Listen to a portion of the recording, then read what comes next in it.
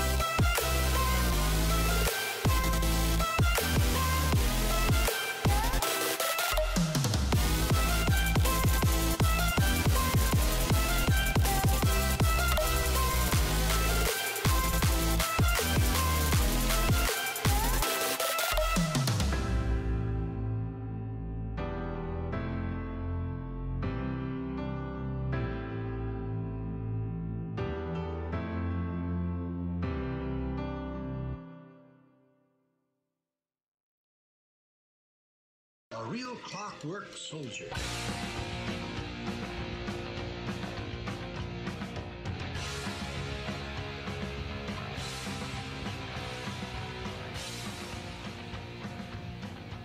Generation Orange in 5, 4, 3, 2, 1. Yo! What's going on, everybody? That's amazing. We're at BBVA. Oh, over here. It's beautiful. It's like I can reach out and touch it almost. Beautiful sunset. But not quite. Yeah, it's a beautiful sunset there. It's okay outside, I guess. So what's up, everybody? How's it going? You're listening to Generation Orange, a Houston soccer internet show and podcast.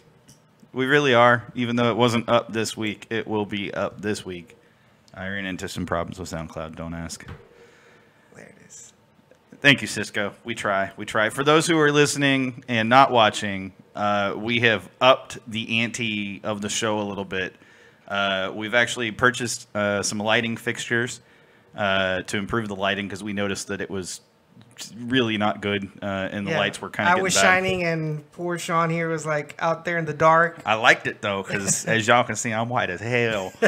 And so anyway, so we wanted to up that a little bit, and then you, as I'm sure who are watching, can notice and see that we also have now what is effectively a green screen. You can't tell with the BBVA picture on top, but it is a green screen. I do promise you that.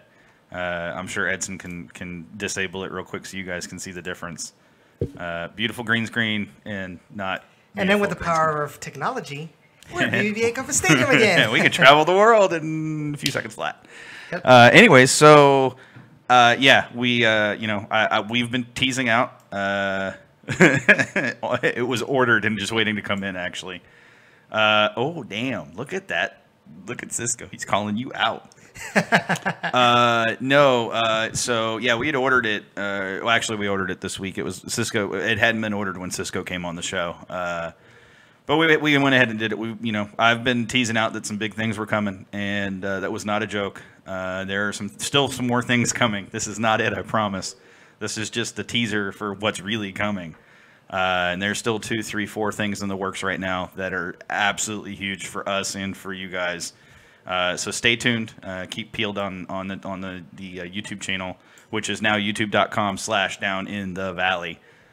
So it's going to be pretty great. coming up very, very soon. I promise you. I promise you. So with that said, man, it's been a week. It's been a week. That's the best way to put that. It's been a week. It's been one of those. Pretty much. Yeah, been one of those weeks. It's just look. I said on Twitter, and I wasn't kidding. I know that everybody right now, and I mean, I say everybody. I mean most everybody right now are very stressed and frustrated. Thank you, Mr. Ochoa. You the man. Everybody right now is just super frustrated. Everybody right now is just super. They're at that point where. They feel like they're at the end of their rope, and if anything else goes wrong, this is it. And for some people, this is it. Can we get that message out of the way? I can't see chat that way. Chat's right over here. Oh, this. Yeah, that thing. That thing needs to go away.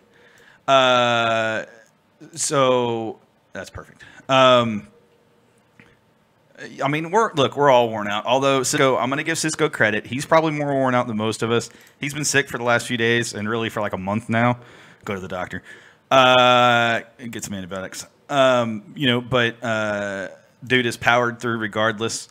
And is trying to stay pushing through. Anyways, but he definitely could use your positive vibes and good thoughts and prayers for sure. Yes, I said good thoughts and prayers. So anyway, okay, enough about personal life things. So let's dive right into it.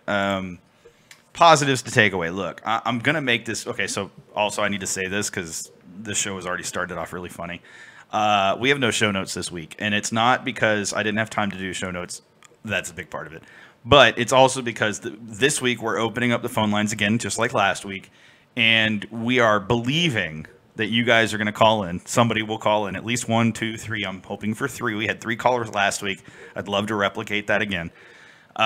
So we want people to call in, and we want to let people vent again, but we also want people that to call in that are willing to talk and listen and exchange ideas as opposed to calling in and just venting for half an hour. But you are allowed to call in and vent for half an hour. Just expect at the end of your half-hour vent session that I am going to call you out on things that I disagree with or things that I don't see eye to eye with you on. That number is 956. I notice you don't actually have that on the... Oh, you do. 956-622-5977. I can see it. It's at the bottom left, right down there. You guys can see it. It's actually right below me, right down here. You can't see below the thing, but it's in that general area right there.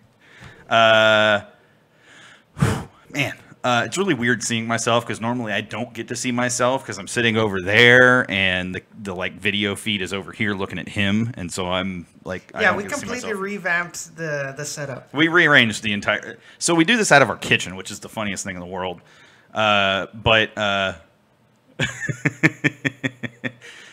Blues, you're totally right. People pay to have people listen to them vent. Like, that's literally a job that people do. And then you have psychiatrists and psychologists that will sit there and listen to people talk for hours and get paid way more money than I make to do it. And I'm offering to do this, and Edson is too, free of charge. All you gotta do is call in, and we will give you a 30-minute session free of charge. After the first 30 minutes, we do start charging. No, I'm just kidding. We do accept tips, though. We do accept tips. If you want to throw a tip our way, that'd be great. And of course, this stuff does take money to do, as Edson's painfully aware now. And so if you guys can help support us in any way, shape, or form, it goes a long way. It helps us elevate things. As much as we love this green screen, we'd love to get another setup even above this. We went with this because it was quick, easy, and cheap. And right now, cheap is kind of the name of the game. But yeah, I mean, just know that your contributions go to very good causes, i.e., us, but also go to elevating this show, to the next level. And Cisco can tell you guys, and I'm sure he'll say it in chat, the next level is right around the corner. We have been pushing and grinding and busting our butts, and Cisco's been helping. Thank you, Cisco. And some things coming down the pipe are right at the cusp of happening, and when they happen, it's going to be lit. It's just going to be lit. Anyway, so I gave out the number already, so please call in 956-622-5977. Oh, I did that from memory. That was kind of crazy. If you're tuned in right now, remember, as always, like the video, share the video, subscribe to the channel, and then go do us a favor and also follow us on Twitter at Gen Orange Radio. Follow Down in the Valley on Facebook. That's facebook.com/Down in the Valley. Down in the RGV. Down in the RGV, my bad. Follow Down in the RGV or Down in the Valley on Twitter at Down in the RGV. And follow Instagram at Down in the RGV. What else am I missing? DownInTheRGV.com. DownInTheRGV.com. Yeah, that one too. And so also shout out, I don't think Carson's on watching right now. Oh man, I totally failed and did not send him that message Monday because I forgot about Killen's Barbecue and hooking up to go do Killen's Barbecue Monday. I completely blanked. To be fair, he said he was going to contact you, remember, for... That's right, and he never did, so it's his fault. Thank you. So, Carson Doe, if you are tuning in, dude, it was great to see you. Hey, if you guys are down in Houston, if you're somebody who watches our channel or watches our show, and you don't live in Houston, or you do live in Houston and you just don't get out very much, if you guys are ever hitting up Pitch 25 or the Phoenix or wherever in Houston, and it's a Friday night, a Saturday night, or a Sunday, and it's not a game weekend. That's the best way I can put that. Not a match weekend, or at least not a home match weekend. Feel free to shoot us a message on Twitter, shoot us a message in the YouTube chat, whatever, and we'll try to coordinate with you to come out and say hi and hang out. I mean, it's always great to hang out with our friends and followers. There's just something great about it for sure. That's pretty bad blues. Although, to be fair, I don't think anybody wanted to see anybody in Frisco after that. So while we're talking about Frisco... Nobody wanted to see each other being in Frisco is actually... Yeah, that's fair. I could not go because I actually had stuff going on that day. Work stuff that just continued through the weekend, which sucked. But nevertheless, I am here, thankfully. So also, if you're in the YouTube chat, you can feel free to post questions in there this week. We are watching the YouTube chat actively, as you guys can tell. So if you guys have questions, statements, comments, suggestions, thoughts, random hot takes, I'm looking at you, Callow. Feel free to post them, and we will share them on the air as long as they're, PG-13 at least. We'll respond to them as we can as well. Hey, Jeff, how's it going, buddy? How's it going? Okay, so let's do this. Let's actually, real quick, take a break. And then when we come back from break, we're going to take like a 2 to 3 to 4 to 5 minute break, somewhere in there, depending on how long this song is. But when we come back, we're going to talk Frisco, and we're going to talk. I'm going to set you guys up. I'm going to get you guys pissed off, and so that way you guys call in. And then we'll go from there, and we'll actually talk positives and things like that. How does that sound? That sounds pretty good. Sounds good. Sounds good. Let's do this. We'll be break back. Time. We'll be back.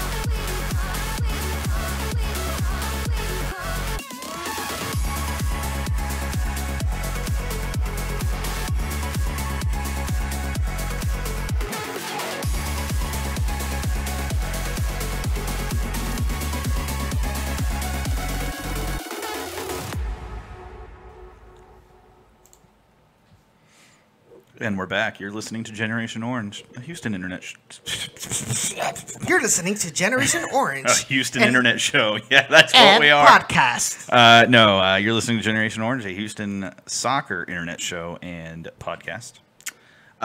Before we went to break, we did mention, and yes, guys, I know how funny that sounded. We're going to take a 1, 2, 3, 4, 5, 15, 20, 30-minute break. No.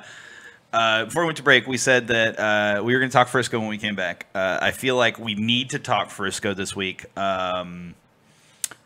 even though it's going to hurt a lot of people to talk Frisco this week. If I could just completely ignore it, I would opt to do that instead, because it's been that kind of last few matches, but especially Frisco. And for those who went and actually traveled for this match, first of all, you guys are rock stars. Second of all, I am so sorry you guys had to sit through that, especially in Frisco's stadium. That was, I mean, let's be real, though. Okay, actually, I'm not going to go there yet. I thought I was going to. Sorry, Blues. You'll enjoy it in a minute, I promise.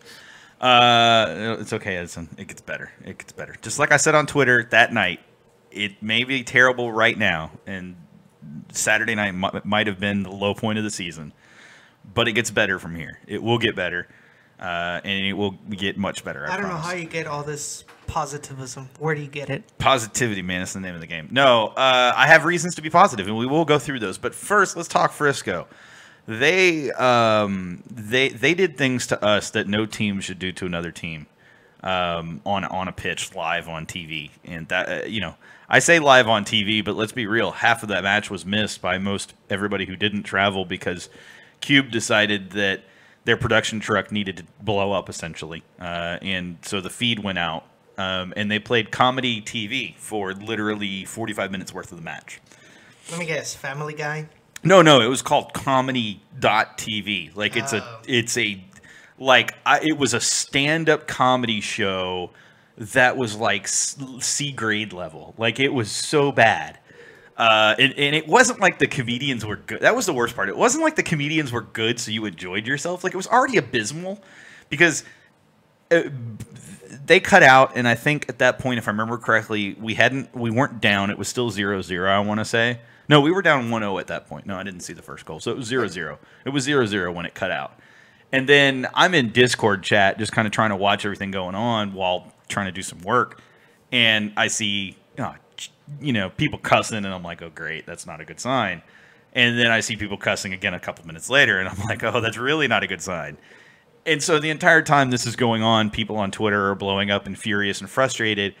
And like I said, half of us couldn't see the match, and the other half that could see the match were, they were fuming on Twitter, which meant all of us were finding out through Twitter as opposed to watching it. I listened to it via the 6:10 a.m. online feed for about 15 minutes and then went, I'm done with this match. It was bad. But it just, you take all of these things into account, and it just made everything that much worse. And then, at the end of the match, we're down 4-2. We go down essentially 4-2 in Frisco, which means we lose the Cannon this year.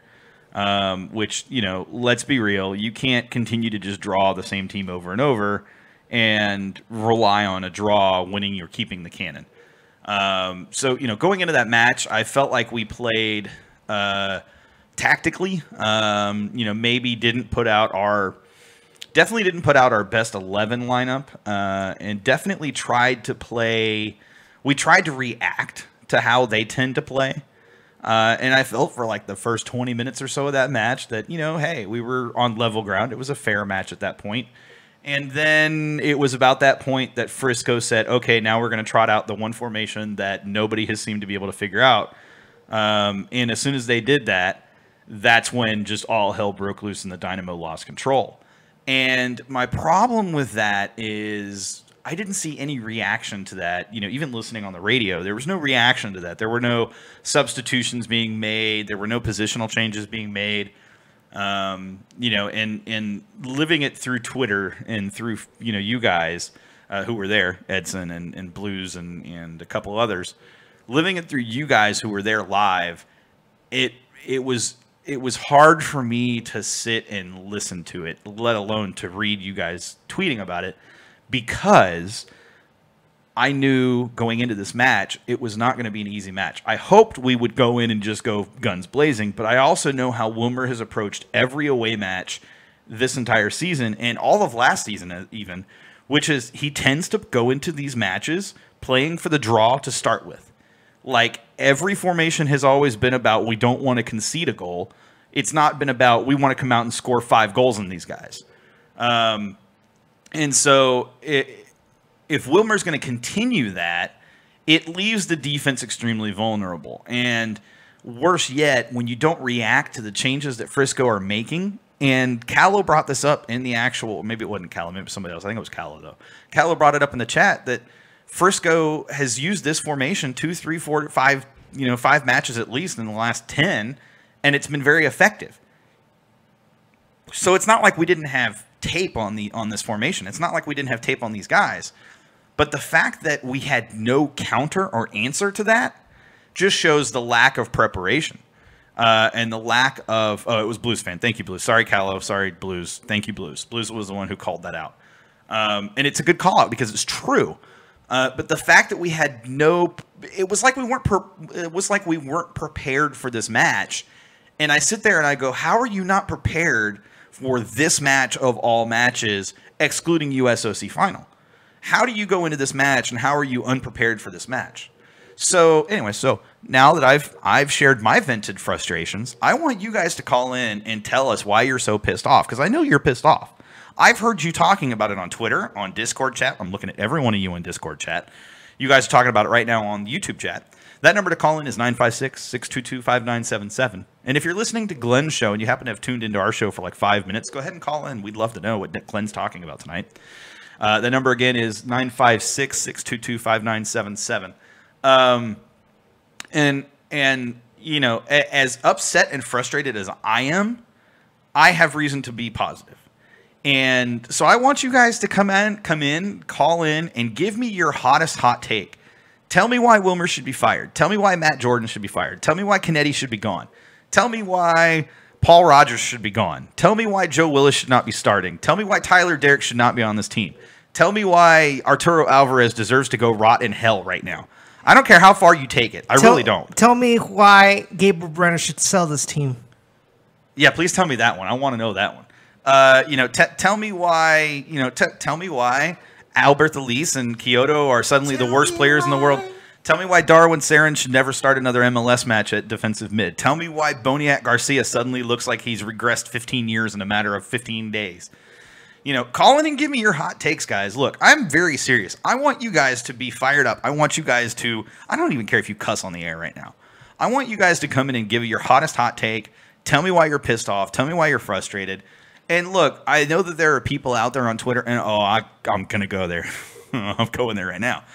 There are people on Twitter that like to, and Reddit especially, but Twitter especially, they like to talk about how, us as fans talking about these things doesn't change anything.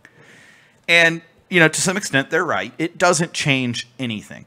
Except it changes us, right? It lets us vent the frustrations so that we get all that emotion out of the way so that we, as the intelligent few, can step back, look at the big picture, and see what's really going on. We can take a clean, clear look at what's going on, pick out what actually needs to change. Callow, that's unacceptable, dude. You've got a cell phone. You're in a bowling alley. Take a step outside, act like you're taking a smoke break, and call us for 5 minutes. Yeah, I'm calling you out on the air, bro. That's if your bowling league is happening right now, which is probably not. But, hit me with your hottest hot take. I mean, like I said, venting all this out, getting all this emotion, all this frustration out there, it allows us to really, clear the air so that we can all take a step back, so that we can all take a deep breath. We can all look at things with a clear head, clear hearts, clear minds, as they say. And we can really see, we can really look at what's going on. I think there's a lot of reasons, and some people would call them excuses, and maybe they're right to some extent, but there are a lot of reasons that need to be taken into consideration. Injuries, obviously, is a big one. I mean, that's a clear, blatant one that just doesn't want to go away. Cabezas, come back, baby, please.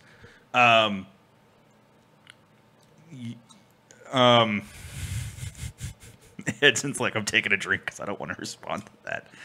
I don't even know what to say to that, Callow. So Callow says his cell phone is under a lady.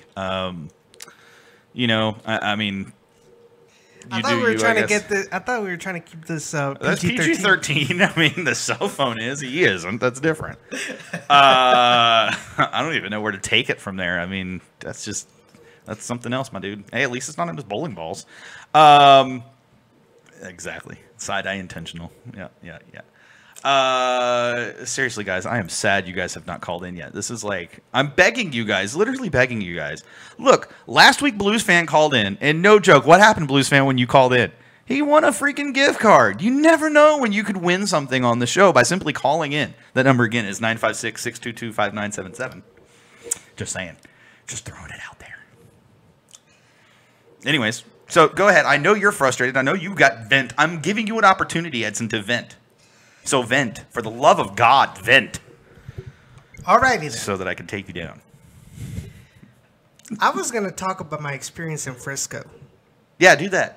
Talk about the EB stuff you found out too, because I think that's good to know. Okay, so I went to on my own accord to Frisco to the game. I took my cousin that lives in Garland near Dallas to the game with me, and you know they met Josh. He met Josh, Amber, Darby, Brian, and a couple of guys from EB and Texian Army, and.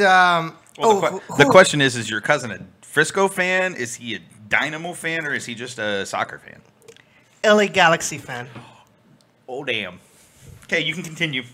Keep my mouth shut, because they got it worse than we did. I know, and he understands that, but he lived in California for a lot of years. No, I get that. I'm just saying they got it worse than we did. So, yeah, that's another positive, right? Yeah. Okay, so basically, the way that Frisco put the supporters groups in the stadium, they had I don't know exactly what the numbers were, but I do know that that it was more than 4 rows worth of supporters.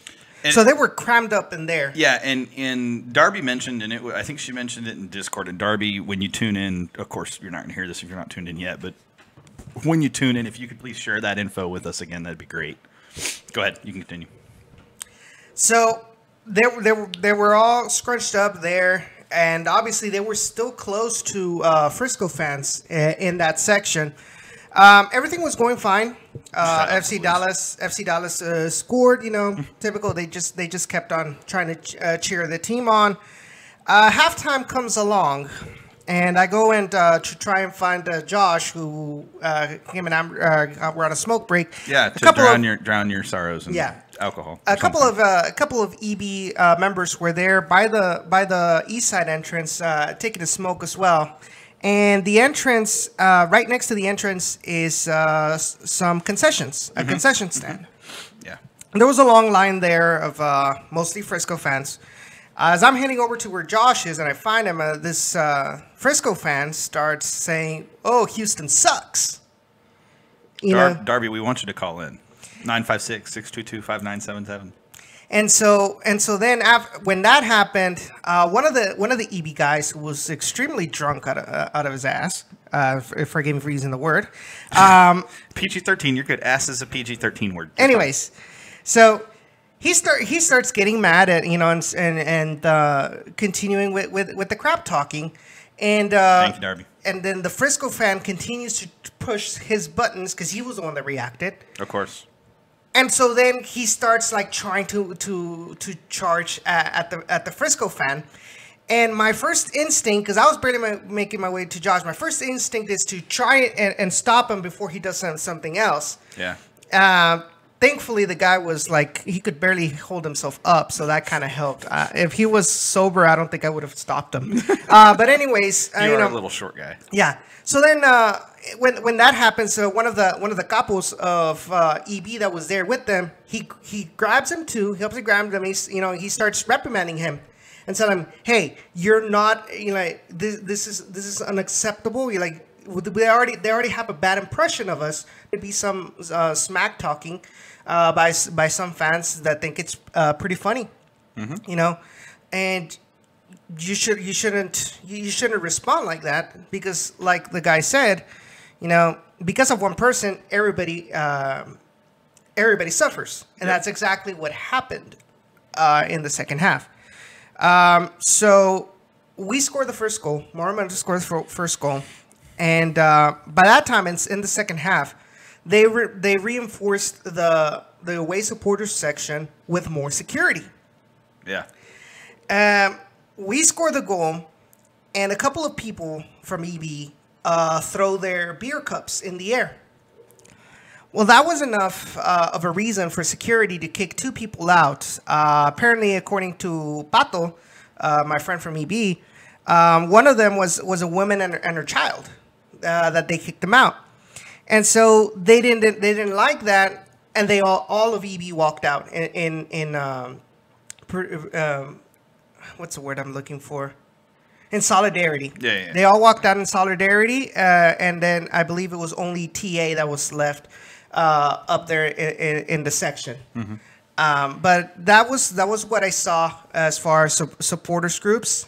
And like I said, this what I did see is also collaborated by other people that were there in the section. Yeah, and I'm sure Darby will get us some. We'll Yeah. clarify things as well as needed very shortly. And the reason I mentioned the whole thing on halftime is, number one, I have to, and I told Pato this. I told him, I really commend, I don't know who he is by name or anything. All I know is that whoever that was, I commend him for taking a leadership role Absolutely. and trying to minimize. Owning up and taking responsibility, essentially, is what he did. And, Yes. and look, that's what we as fans have asked for, is that the leadership of the supporters groups stand up, oh, hey, look who it is. It's probably Darby.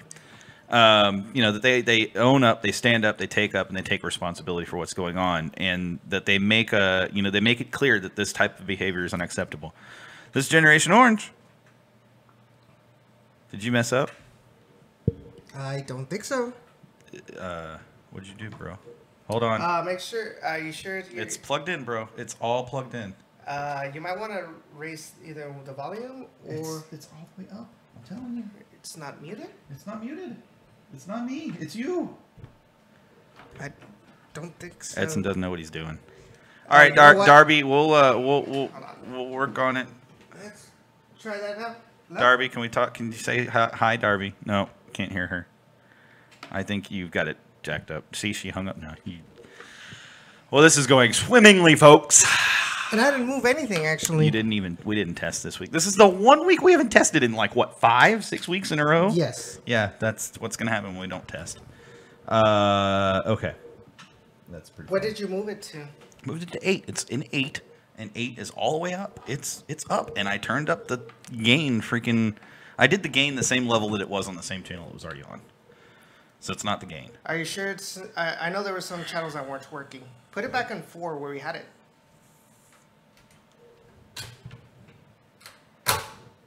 When it doesn't work, will you give me credit and say, okay, Sean knows what he's doing, please?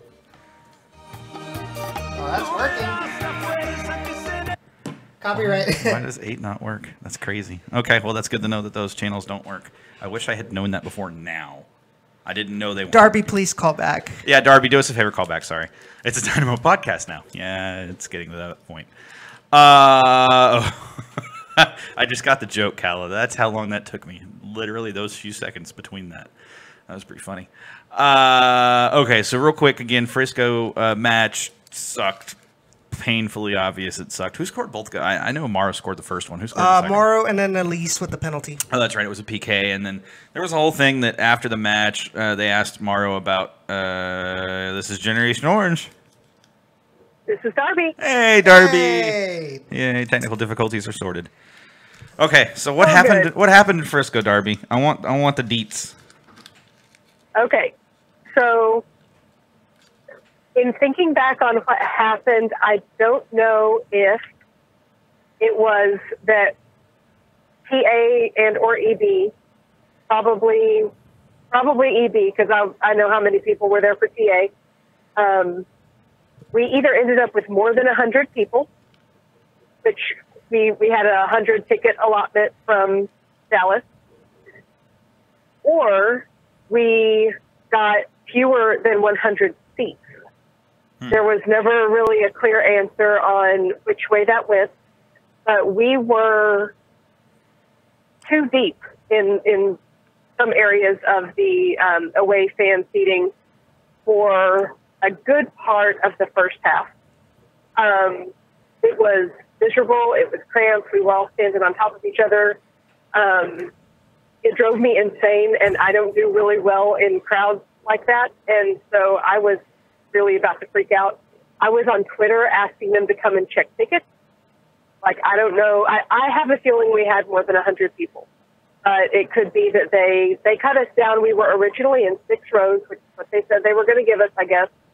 And they cut us back to 4 rows and then left the first 2 rows as a buffer section. Mm-hmm. And it was just, we were just too crowded. And as much as I hated that EB left, it was definitely a much more pleasant experience once we could breathe in the section and weren't piled in too deep. But it wasn't safe. It wasn't, a lot of us couldn't see the game. It was just really ridiculous. And I was really upset by that. And I've made several notes to talk to Dallas about next time we have to go up there. Yeah. I mean, that needs to, this is something that it was said on Twitter before the match that normally at least a few members of the front office travel with the away supporters in order to help keep things on the level. And I feel like Frisco took advantage knowing that there wasn't anybody from the front office traveling. Because I feel like if there were people from the front office, Frisco would not have gotten away with that. And if they had, it would have been dealt with very, very hard-handedly by the Dynamo. Like, they wouldn't have just sat back and taken that. And first of all, respect for you guys going out there. Respect for you guys dealing with it regardless. Respect for the only real incident, as far as I'm aware, being the incident you talked about, and then the beer throwing, tossing, whatever. Respect for those being the only 2 incidents, considering how the match went, considering how I know Frisco fans can be, considering how I know drunk fans can be from Houston. So respect everybody that went. At least you guys kept it reasonably on the level, which is good. Regardless of the situation that Frisco basically put in front of you guys, and respect for sitting through that entire match, dealing with it, and not leaving before the end of the match. So kudos for that. Are absolutely allowed in their stadium, and weren't mentioned specifically in the sanctions. So we took a bunch of vuvuzelas out there. The security folks initially told us, yes, you can take them. And so we passed them out to everybody. And we were told right before we walked in that we were going to have to leave them behind, that vuvuzelas were not allowed. I'd like to give a big shout out to TA Nick, who walked in, and the very first merch section there for the Dallas folks, he bought out every vuvuzela that little booth had, and so we had our vuvuzelas anyway. That's awesome. Did he melt them down afterwards and turn them into something useful, like, I don't know, a vuvuzela of a larger size? By the end of the match, since there weren't as many people, we were using them as drumsticks, and so we beat them all to death and left them at the stadium. There you go. I mean, hey, I'm sure some fan who didn't have money to spend on a vuvuzela, who's from Frisco, got a chance to have his dream met by finally having a Frisco vuvuzela. So see, look, you guys are meeting needs where people are. That's great.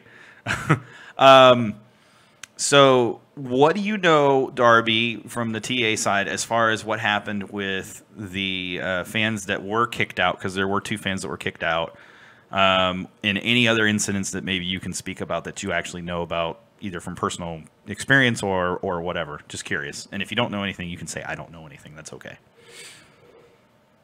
Just mostly the things that were already talked about. 2 fans removed because of the beer throwing incident.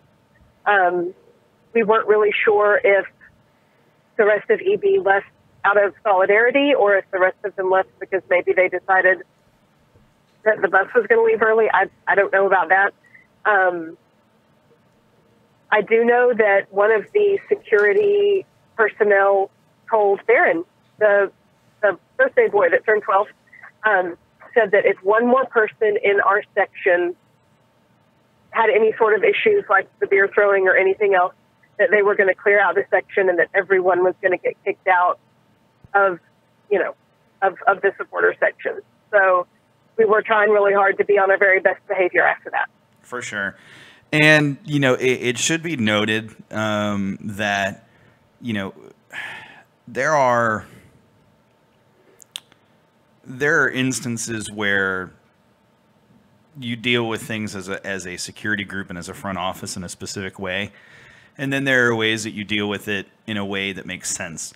And I feel like Frisco, for the most part, have taken this hardline stance that it's our stadium. You're going to do things our way, even if the rest of our fans are doing it, the same way you are, because you're away fans and because we know you're Houston fans. We're going to look and treat you differently. It seems like the Frisco front office are looking at things, are running their stadium, their everything through a Frisco fan point of view rather than a business organization point of view. So and I'll throw this out at Darby too. So what's funny about that statement, right, is how many times on Twitter, on social media, do fans here in Houston get pissed off because our front office views all these situations as business situations? They don't view it as the fan perspective, right? Mm-hmm. So how funny is it that we're pissed off as those that traveled, and I'm pissed off about it too, about these same things, but because it's the other side of the equation, because they're treating things like from the fan perspective instead of from the business perspective. And it just, I don't know, that's just funny to me. Like, it's like, we want to moan and groan about it for our front office, but then another front office is doing it the way we want them to, and we want to be pissed off at them for doing it the way we want our front office to do it, right? I do get your point, but this is specifically is like how to treat away fans. You're supposed to obviously, as long as they're not doing anything that is harming the integrity of your own fans or anything, you should treat them with respect, not like trying to look for any little thing to try and go down like hawks kind of thing. That's what I mean by that. I mean, obviously we know that there are some things that the Frisco FO have done correctly. And there's some things that the Dynamo FO have done correctly, and things that still need much improvement. Yeah. But in that regard, the way they treat their away fans, especially supporters groups, Frisco leaves a lot to desire. Is it how many other supporters groups that travel to Frisco run into these same types of things? I guarantee you SKC bring away fans to matches in Frisco because it's not that far away from each other. So do they run into the same problems? Has anybody tried reaching out to the SKC supporters groups and seeing if, hey, have you guys experienced the same kind of, somebody called it in chat, the Frisco Gestapo style of control? I mean, that question goes to Darby as much as anybody else. Has anybody actually thought to try to reach out to SKC supporters and see if they've dealt with the same things? Because I guarantee you if 3, 4, 5 supporters groups from away cities start talking about it, it gets noticed real quick. Like, that's not something MLS is just going to go, okay, whatever. It's when it's only one away supporters group, or away supporters collaborative making statements like this or dealing with it, they're going to kind of whatever. It's just because you guys are the rivals and they handle rivalries differently. Whereas, if we're talking 3, 4, 5 teams have dealt, or away fans have dealt with it, suddenly it's an issue. It's not something that MLS can just ignore, especially from the independent fan council perspective. That's something that type of thing needs to step up and be part of and say, hey, look, we're dealing with it. We need you guys to step in from an MLS perspective. If we're noticing it, enough of these supporters groups are noticing it, then it's clearly something that's going on and not something that can just be ignored. So I don't know. I don't know what to say as far as that goes. Right, and that's, we have someone in TA who is the Independent Supporters Council liaison, mm-hmm. and I have not heard from them on on whether this is a wider problem or whether this is just a rivalry issue. Yeah. And I mean, I'd be curious. But it's definitely a question to ask. For sure. And again, it's because, you know, it could be that Frisco is taking a more hardline approach because it's a rivalry match and because it's a rival situation and because they've had bad experiences with Dynamo away fans before. It's happened, let's be real, that they take a more hardline approach because they don't want to have to deal with those things again. But on the flip side of that, if they're doing it with everybody, then it's no longer just a Dynamo fan thing. It's no longer just a rivalry thing. Now it's their approach to the situation to away fans in general is heavy-handed and needs to be dealt with. And MLS is not going to just bat an eye to it and turn away. They're going to deal with it. I mean, there's fan relations individuals that work at MLS headquarters that will take a look at that, especially if multiple supporters groups stand up and say, hey, we've all dealt with these types of issues. We need them talked about. We need them addressed. We need them not ignored. They're not going to go away. This is now this is really the third or fourth time this has happened, similar types of situations with Dynamo supporters. If we're talking 3 or 4 times with other supporters groups similarly across the last 2 to 3 seasons, guess what? That's not just a once in a blue moon thing. That's a trend that is continuing to happen and something that has to be dealt with. So Darby, any frustrations that you want to vent, not TA or EB related, but match related? Oh God, where to start? Yes, please. And really, I have to say that I'm not going to really hard on, the team, the coach. I mean, that's what social media is for, so that we can tell the world how angry and upset we are.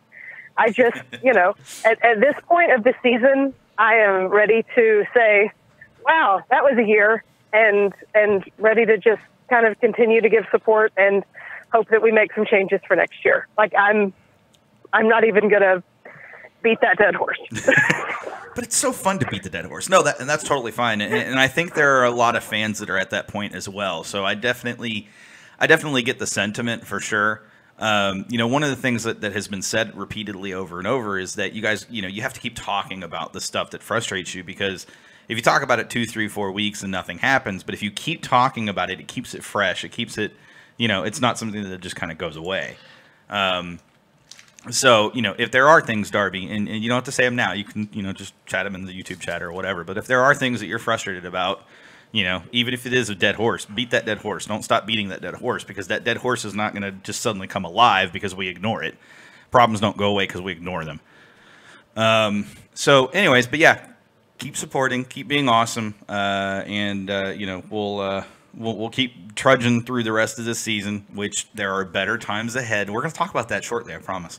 There are better times ahead. It's going to get better. But just keep on fighting the good fight, and I promise that we're going to get there, and it's going to be great when we finally do get there, and hopefully very soon. Amen. All right, Darby, thanks for calling, and we appreciate it. Thank you, Darby. Yeah. Nice meeting Bye. you. Bye. Callow, you know what that horse did to me? Lost a race. I mean, he did. He lost a cannon, too. That's pretty crappy. Okay, so we're going to go to break because it's getting hot in here. By the way, these lighting fixtures, they're hot. Holy crap. And so we're going to go to break for about 2 to 3 minutes. Really not a long break, I promise. And when we come back, we're going to talk a little bit more frustrations, and then we're going to talk the good stuff. I promise we're going to go positive. And we're going to try to do the same thing with RGV in a little while, too, which I know is really tough right now. But we'll go RGV, and there's a few other things to talk about as well. So we'll do that when we come back.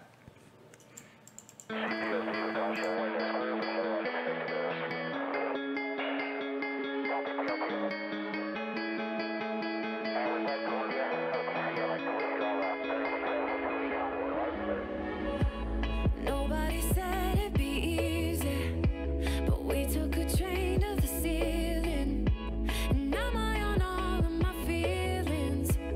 Don't wake me up from the street. I bought a one-way ticket to space. Let's get out of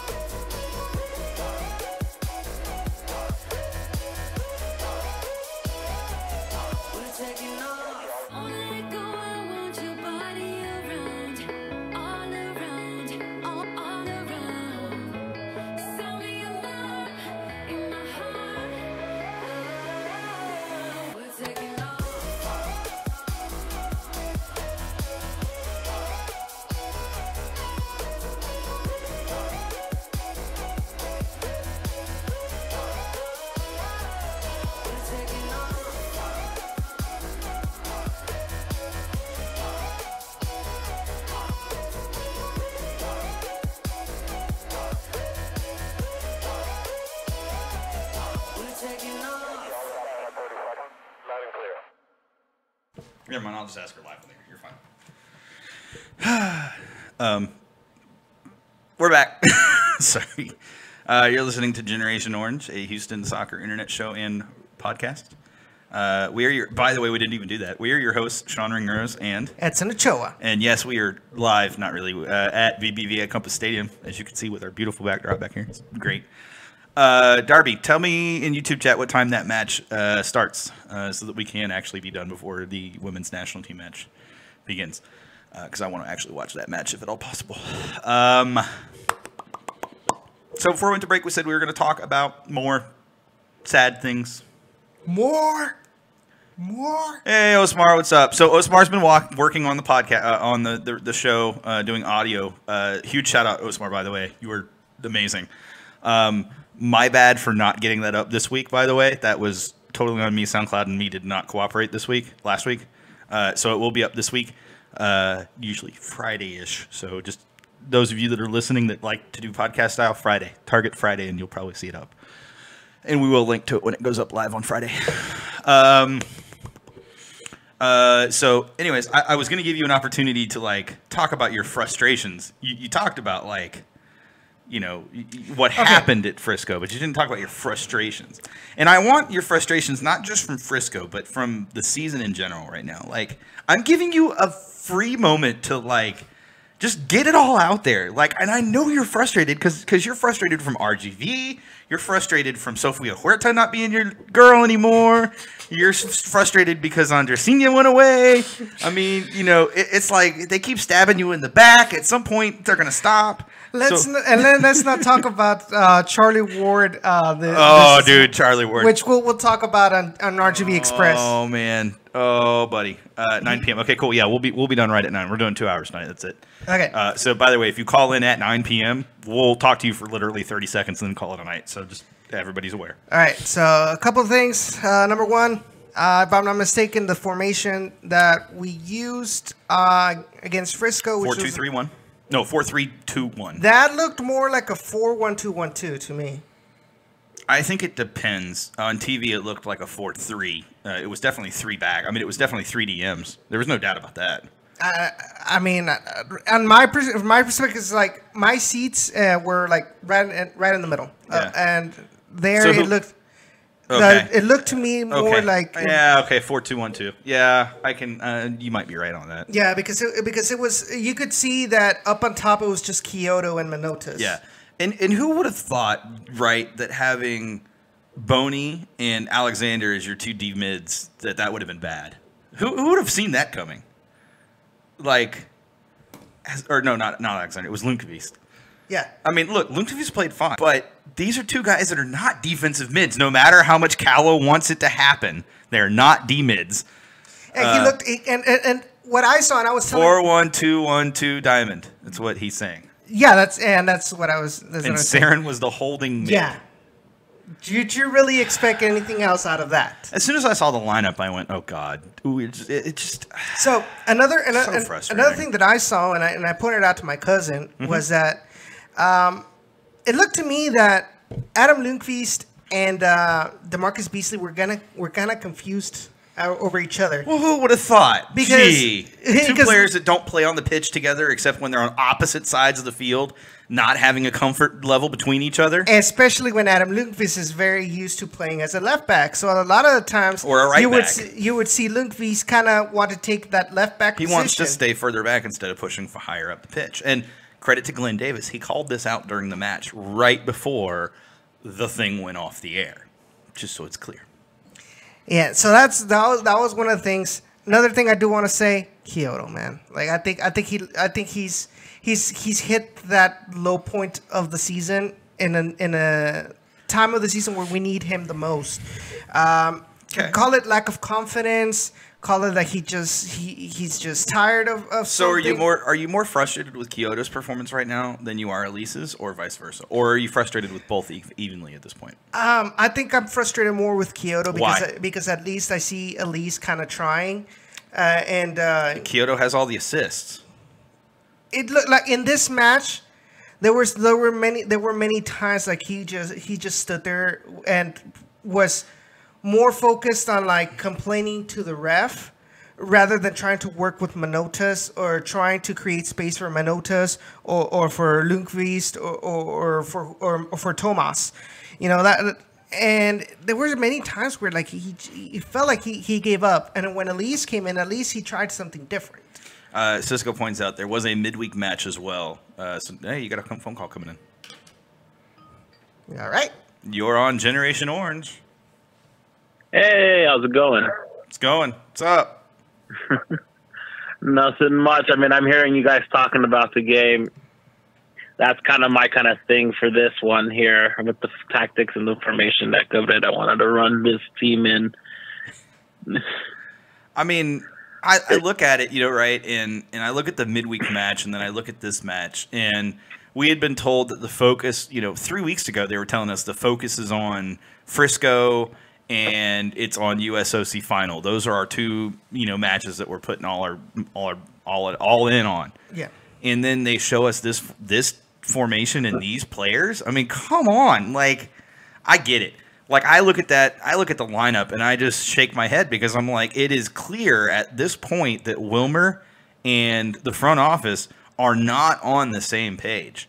Wilmer wants to have a totally different approach than the front office wants. And I've not seen it to this extent where Wilmer is putting a formation out there when the front office says, hey, we're putting our focus on these two matches, and Wilmer is putting a formation out there that says, I'm taking every match that I can. You know, like that's his approach. And while that's not necessarily a bad approach, it is when one match does mean more than another match. Like, it was to Wilmer, it looked like he was just playing another away match, like as far as tactically speaking. Yeah.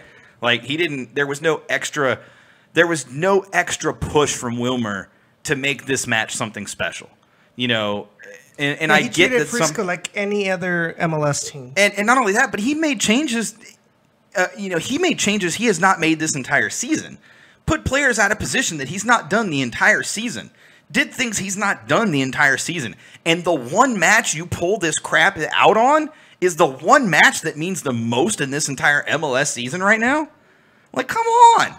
Like, look, I'm not on the Fire Wilmer bandwagon, but I'm not far away from it at this point. This was a dumb-ass decision. Sorry, I didn't mean to hijack. Go ahead. You've got the floor. It's all right. I mean, I kind of wanted to hear that perspective. Again, Wilmer and Pereja they've both competed against each other. They're friends, but they also want to win. And you're right.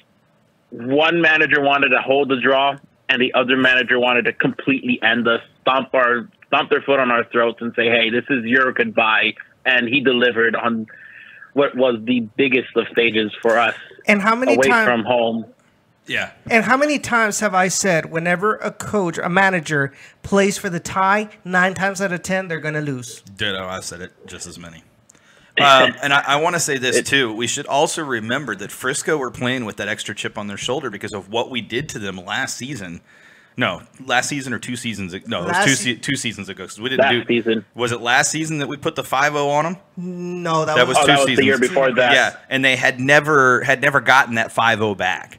So this was their 5-0, really, essentially, if you think about it. It was their 5-0. It was more to it for them only because they, as I put it out there, they were able to nail the coffin for us. They were able to say, this is it. We're taking the cannon back, and we're ending your playoff hopes, that whichever they were, if any, left. Absolutely. No, and you're not wrong on that. Like, it was their moment to slam the door and say, look, you're not getting through this door. And it hurt. And I mean, watching it, I think what Cabrera wanted to do after seeing it, he did see it. I'm guessing he was hoping that emulating it, maybe, just maybe, he'd have a way to combat. Unfortunately, we didn't look good at all, even in the 20 minutes in the beginning. We were completely outmatched. We were completely outplayed. Mm-hmm. That back line was not suited for this match. Where Fuenmayor was, I'm not sure. Because right now, when I saw Baji and Leonardo, I was like, okay, that's bad. Yeah, no. And then Senderos having a cover Barrios was just even worse because that's just speed against strength. And as much as he was able to do, Barrios had full control, and Urruti playing in the 10 role, complete complete destruction because we couldn't even keep a defensive mid in there. Because again, I made the reference, said it as a DM. That's not happening. He's not playing defensive mid. He's going to roam and he's going to walk around. But it was hopeless from the beginning. I mean, we weren't as fluid as they were in that formation. We should have never even attempted to try it. We should have played our way because the second half, once Elise came on, we were opening them up and we were making our chances, but we still let goals in. I'm just saying, when you go and you play your style and you know that no team against your style has stopped you when you've played your way, how do you go out there and try to do something totally different? Especially knowing that these guys are geeked to play this match. Especially knowing that these guys are going to put everything into it. Like, from a tactical decision standpoint, this has to be one of those decisions that you just... If this was an NFL coach and this was week 13 and this just slammed the door on somebody's playoff hopes and it's against their rival, you know, if the Cowboys slammed or if Philly slammed the Cowboys' door shut in week 13, are you going to tell me that the Cowboys aren't going to fire Jason Garrett in week 13? Come on! Especially if Jason Garrett goes out there and runs the ball 600 times and Dak Prescott never makes a single pass. He's going to fire his ass. So how is it that Wilmer is going to sit here and continue to be the coach at this point? I don't get that. I don't get that at all. However, like I said, there are good things. There are good things. I know that we are pissed off right now, but there are good things. We're going to talk about them very, very soon. What else you got for me? Well, I mean, other than that, it was actually kind of bad near the end of the game, after the end of the game when I was there watching and we were kind of getting the clap from the players. Not many players even bothered. About 5 or 6 players showed up, and Senderos was the last one to do it. He knew how much this game meant to us, and it kind of hurt him to see us just stand there having to watch it while we were getting completely ridiculed by the Dallas supporters. It was rough, but the fact that not all the players came in unison and said, "Hey, we're sorry," that hurts me so much because it was like scattered. I saw Willis came by, Manotas, Senderos. Yeah, it wasn't it. No one in unison. Nothing. Not even the manager showed up. He just literally walked off, and that really, really irks me because where does that show our faith? Yeah, we sat there and watched, and we lost. And where was hey, I'm sorry? No, none of that. Just 5, 6 scattered players just came in, and that's not how it should be. No, and it goes back to the accountability that we have, on the accountability players. And leadership. Yeah, I mean it's completely ridiculous that they don't own up that they screwed this game up, especially. Okay, hold on. Well, I need to say this because I want to counter what you guys are both saying, which is that you definitively have said that this is the reason that they're doing this is because they were upset at how the match went. I have to think that part of it also is that half of the supporters section, more than half of the supporters section that was away, left. Now, the players at that point had no clue what had happened.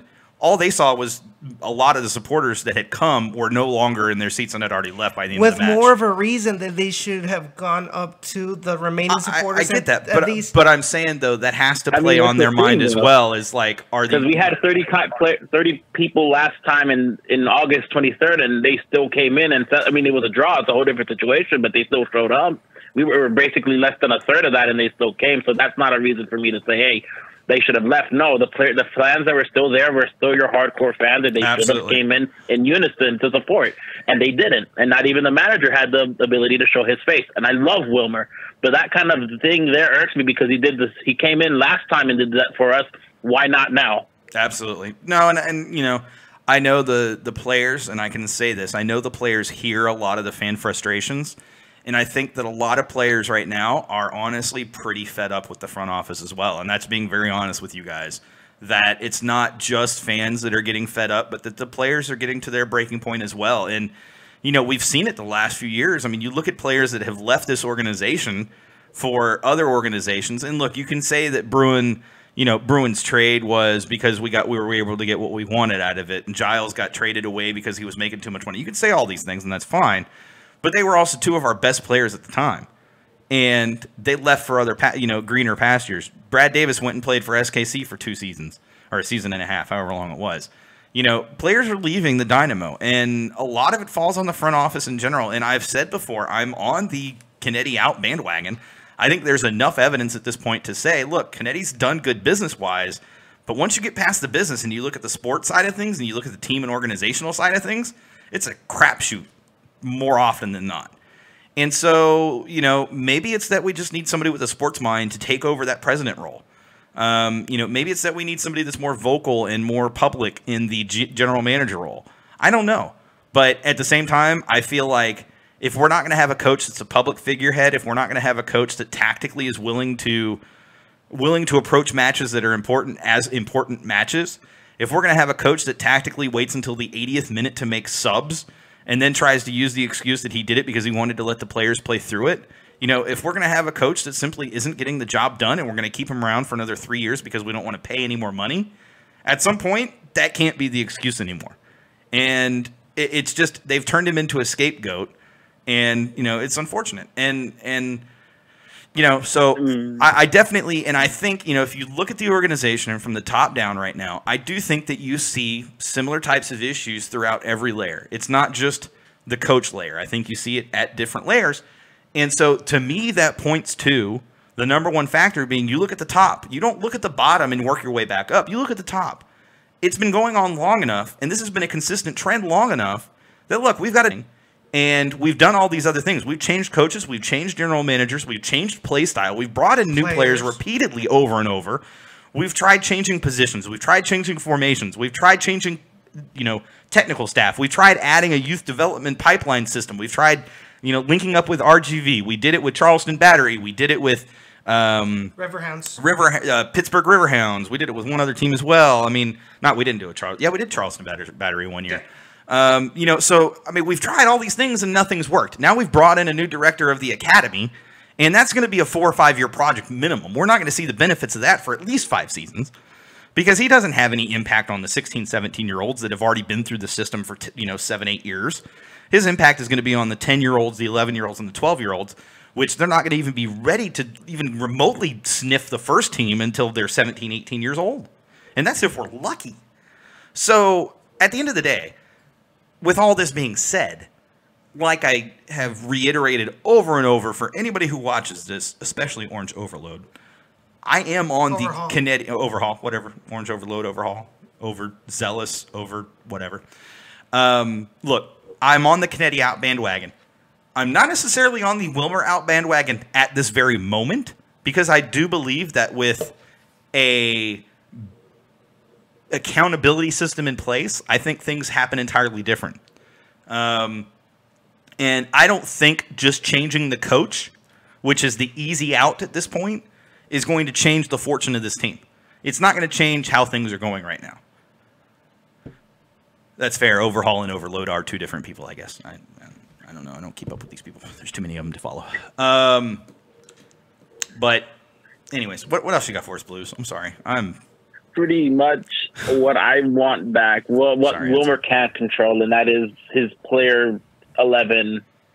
I want the Wilmer of last year, the Wilmer that said, "Hey, if you don't perform, you don't play." This year, there's been players that should have had a shot. I think the way Bird played against NYRB should have warranted him at least a spot in that 11 against Dallas because he did phenomenal for what he could do at the time. It's these kind of things like picking below to make them work. It's that because I kind of see it. I don't know if what he can see from Sedan from training that I can't see in the 90 minutes a game he plays, which has been pretty rough to watch. Yeah, at this point in the season, it doesn't matter if he sees it in practice. You're more than halfway through the season. This dude ain't performing, period. End of story. Like, you can't keep trotting this guy out there because he keeps getting owned constantly. He keeps getting run by and run past, and he's having to make sloppy fouls. Oh, gee, surprise there. But he's a terrible defensive mid, and really, he's a holding mid that's having to play defensive mid because Cabezas is out. But it's even worse because we don't have anybody to back Cabezas up. It was supposed to be Saren, and we've seen how well that worked. That's not been a good move. And don't even get me started on Arturo. Oh, Lord have mercy. Oh, boy. No. Although he did draw a PK. Just saying. For me, it's just, I wish he'd pick players, lower his stance, and say, hey, if you don't perform, you're not playing. It might have been the situation where we're neck deep in and we need something, but the fact that he trots him out a game in and came out. If he's not a suspension or hurt, he's in the 11. It's just, and we're leaving Bird to sit there and wait. It just kind of irks me because then that makes me feel like, what if we do have these young players eventually to come into the 11?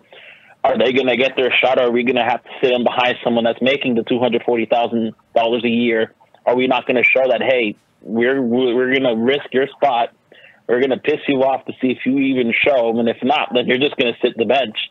Because he's only here for a year, so, I mean, he's already kind of shown that he can't do much.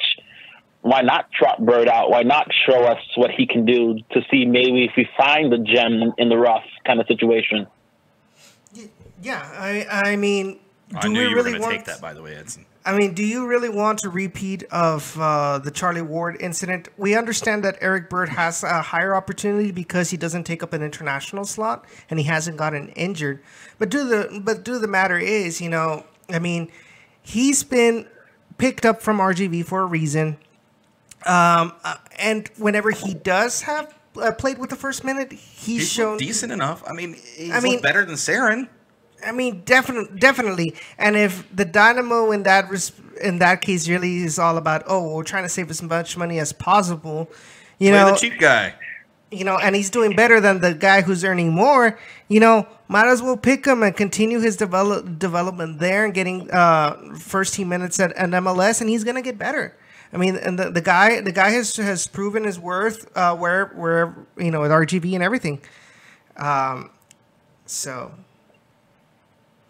All right, hey Blues, we're gonna let you go. We got somebody that's actually about to call in here in the next couple of minutes, so we're gonna go ahead and let you go, man. Appreciate you calling in. Thank you very much. Always a pleasure. For sure, and stay tuned in. We are gonna talk positives. I promise it's coming. We're getting close to that second hour though. All right, thanks, Blues. Mm-hmm. Have a good one, man. There you go, dude. I was like, come on, hey. See, look at that timing. I know what's up. How are you supposed to answer that call? I don't know. Well, you failed. Maybe you need to... What the heck? Your app broke on you. There it is. There it is. This is Generation Orange. How's it going? What's up, Josh? Josh in the house. What's up, dude? What's going on, guys? We're having a pity party, actually. I don't have nearly enough alcohol for this, but we're having a pity party. Are you talking about that atrocious performance on Saturday? We've been talking all the atrocious performances. So yeah, essentially, yes. But all the atrocious performances. The entire season, pretty much.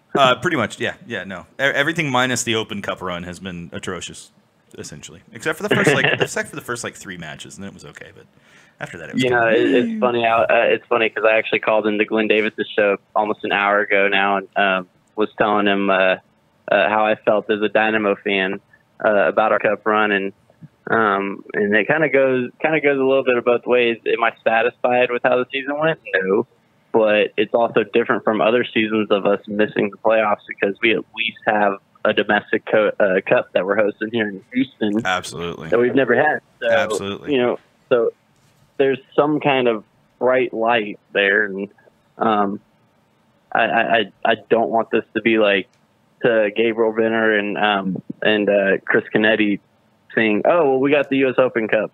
That's good enough. We'll just continue with this mediocrity." And that's what I'm afraid of, actually. That we won silverware. Didn't you all want silverware? Well, I mean, really and truly, it should be like, all right, well, that's a taste of what could be if we pack out this stadium, And, oh yeah.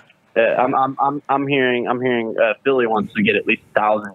Yeah, so down here. Let me bring that up real quick. So Cisco sent this to me. It was an article that was posted somewhere, or a tweet that somebody posted, and Tanner Walt. Yeah, that doesn't surprise me. Goalkeeper guy, the goalkeeper. Follow him, by the way. It's worth it. On Twitter, he posted that Philly are buying tickets for any of their fans that want to go.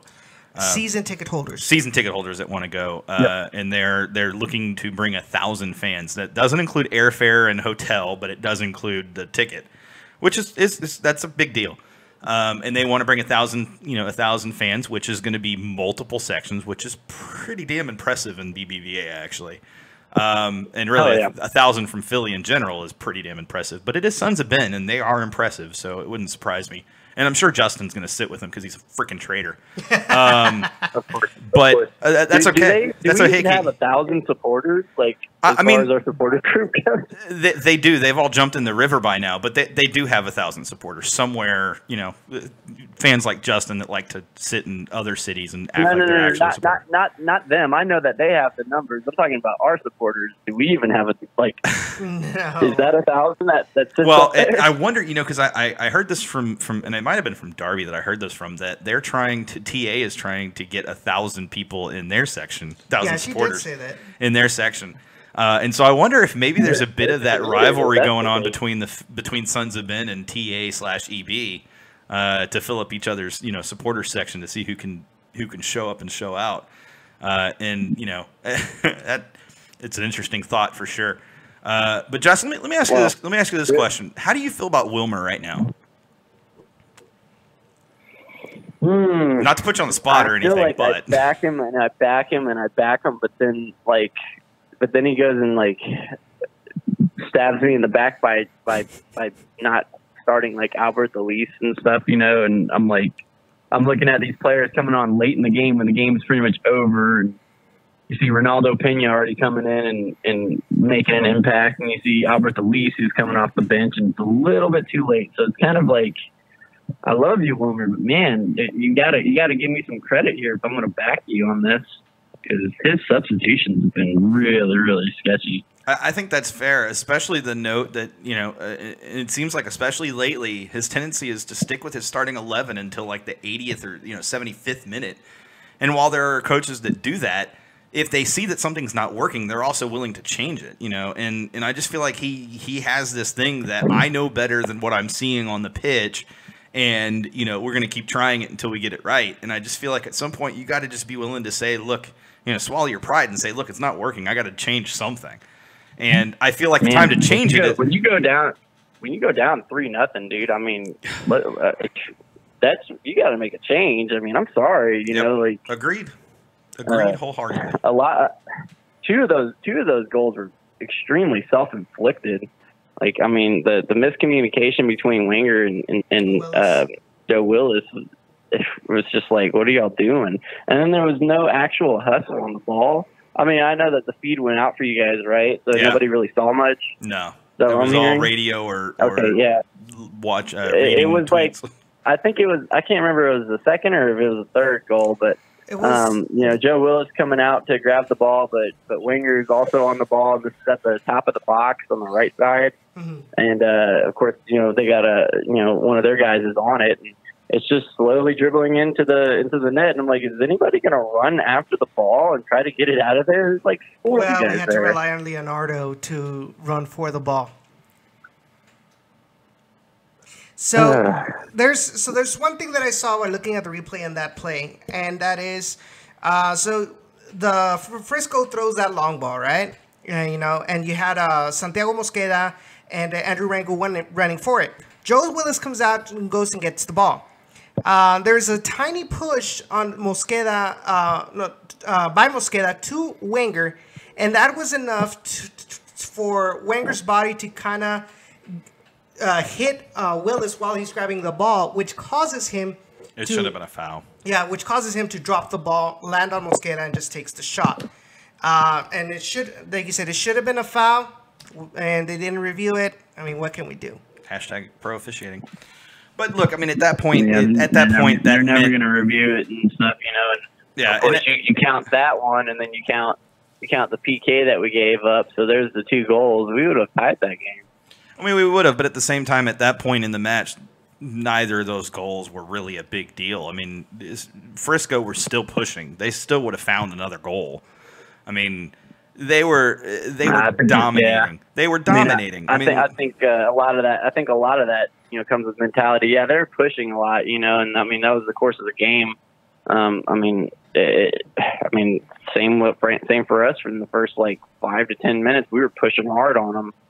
And there was a lot of lackluster, especially I noticed in Kyoto too, man. The dummy, I don't know how often Morrow and Kyoto practice that dummy, But like Kyoto just looked lost when Morrow let the ball go to him. Or like right in the. We could have taken the lead. I don't have any response to that. I mean, there's a lot of miscommunication with those guys. I feel like, and I think, like and we've talked about it on the show, and it came up from a couple of different people, but there's a lack, and it came up from Victor actually. There's a lack of leadership right now with the team, and it's not just players. I mean, there's a lack of leadership in the coaching staff. There's a lack of leadership from the front office level. And I continue to say, that is a trend that seems to echo throughout the entire organization, and it's been a long-standing issue that there's been a lack of leadership. And I think it was masked when Dom was here, Kinnear, when Kinnear was coach. I think it was masked. And then as soon as he left, there were no leaders left to really pick this team up and run with it. Hang on. Wait. When we had Dominic Kinnear, we had two of the best leaders on that pitch. We had Brian Ching and we had Brad Davis. Absolutely, 100% you leave agree. Dom out of this. Well, no, but I mean, to be fair, they were extensions of Dominic Kinnear, and his style. Let's be real. Yeah. His style of coaching allowed them to flourish in his system. It wasn't just. I mean, they came in as scrubs in his system, and they played up to their best levels. I mean, it wasn't like Brad Davis was a world beater in SKC. Granted, he was also well beyond his age, but all the same.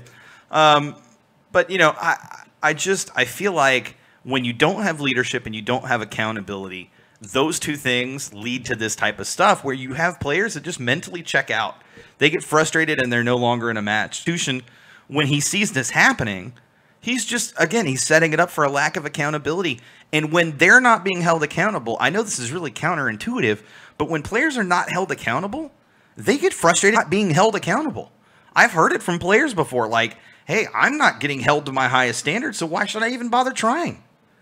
And, and it frustrates them because they want to be the best they can be. You know what? Players like Kyoto after that game, guess what you're doing after this game? You're running at least 25 around the pitch. Not only that, but you're sitting. You're not starting the next match. If you're not going to give me 70 minutes at least on that pitch, you're not starting the next match. You may be our second best. Next match. You may be our second best winger, but you know what? You're not that important to the club. I'm sorry. That's just the way it is. And maybe that's what Wilmer was trying. I'm going to go out on a limb and say, look, you got some competition on the wing because Ronaldo Pena instantly was finding his way behind that defense right as soon as he came on. I think that's fair. I do. I think that's fair. And I think Morrow can play out wide. I think Memo can play out there. He's not great, but he can play out there. I think we've got options. But at the end of the day, I think if we don't address the leadership and accountability issues, and I keep coming back to that because I think if you look at all the issues and you kind of take a step back, you can kind of see all of it ties into the leadership and lack of accountability, whether that's a lack of leadership from the coach, lack of leadership from the front office, a lack of leadership on the pitch from players, whatever it may be, it's clear that is affecting everything. And so you got to find a way to instill that somehow, some way. And if the players that are currently here aren't going to do that, and man, it pains me to say it, but look, if Elise and Kyoto can't be those leader players, they got to go. If JDC is the only leader we have on this team, we got to find other players that can be leaders. We can't have and can't rely on just a single player. This is MLS. This is professional sports. Professional sports, you always have one player that goes down every season. You never have a player who makes it his entire career without a major injury. Never. It just doesn't happen anymore. And so you can't rely on just one player being your sole leader on the pitch. If you only have one leader on the pitch, you are going to fail. Period. End of story. So I'm going to kind of go on a different route here for my experience in Frisco for that game. All right. And it pains me so much to say, but and it could be for the fact that the stadium is a little bit smaller. But the atmosphere was a little bit different and the kind of environment that their front office provided. One, because they do have that National Hall of Fame, which is opening up, and it looks pretty awesome. And then two, for the fact of like, not only are they're going all out for this, man. Like, they're it's not just beat Dallas or whatnot. No, it's crush the orange. They're showing that on the screen the entire time. They're shooting off fireworks. They're getting their fans all pumped up into this game and stuff. And I'm just like, I go back to my stadium and I'm just like, Frisco outdid you guys. Yeah. Yeah. Like, I mean, I hate to say it, but dang, man, like they're having more fun in their stadium than we are this year. No wonder our attendance has gone down and theirs has gone up. Yeah, and also one of the things as well is, you know, there's a huge connection between the Dallas Beer Guardians, El Matador, and the fans. I mean, how many times did they did Viking clap and everybody participated? The wave. They Yeah. had the wave going at least 3 times around the stadium. I don't care about the I mean, I know wave. something's so stupid, but it's something so stupid like that you see our fans trying to get people to do something so small as that, it goes maybe halfway. Well, that's because it's the wave. You know, and we're smarter fans, and the wave sucks. Yeah, me? but that's not just the wave. It's just the fact that everybody's getting involved and into the Absolutely. game. I mean, yeah, You know, absolutely. because they're keeping it entertaining for the fans. But is that Frisco that's keeping it entertaining for the fans, or is it that their supporters groups are stepping up and doing something? Like, I feel like our supporters. It could be a little bit of both. I It could be feel- a little bit of both. I mean, they have to make it entertaining. They got a Hall of Fame opening up there, so they have to get the atmosphere and the attendance there. But what other than You know, the fireworks? that's Fireworks, probably their accountability. let me ask you. Other than fireworks, what did the front office, what did the team, other than players and coach, do to fire up their fans? Other than that, and other than the Crush the Orange video, which our stadium's done videos. We've done multiple videos. They show them before the match. It's just nobody's there before the first 30 minutes. I know because I sit there for an hour. I mean, I don't know, man. I mean, they have a great product to put on the field, so I mean, it probably anticipates it a lot too. You know, I mean, it was everything combined. It wasn't just those one little things. It was just all of it combined. And like, the first thing that I noticed was the fireworks going off right when the game started. Mm-hmm. You know, it scared me because I was like not ready for that. I'm like, what the hell? Like they shoot fireworks off for a Texas Derby and That's stuff. because they had to fabricate it because they didn't have the cannon to fire off. Comparing it to what we've had this season, it felt more energized for them, you know. And I mean, truthfully, the feed being cut out here in the East is absolutely atrocious, and you can't even watch the game here. I mean, that's just.